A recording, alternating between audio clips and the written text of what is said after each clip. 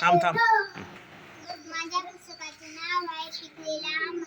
एक मग तनुजा आहे का तनुजाच्या शाळेच्या मागे आंब्याचं झाड होतं. पॅरो चिमण्या खाऊन जायच्या म्हणून ना तिकडची असायची. तनुजा एक मीठ लावून खायची. मग एका दिवशी एका तनुजाला आठवण आली आईच्या सोबत मी मस्त जुनं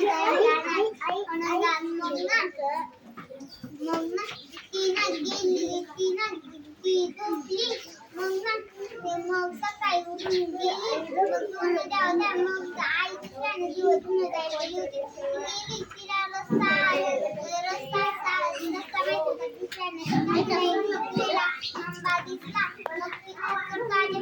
बरोबर वरच्या खांदी वर चढून गेली. मग तिला खाली होती. मग ती आंबा करून खायला लागली. वरती खायला लागली. मग तिला मग घरी गेली. मग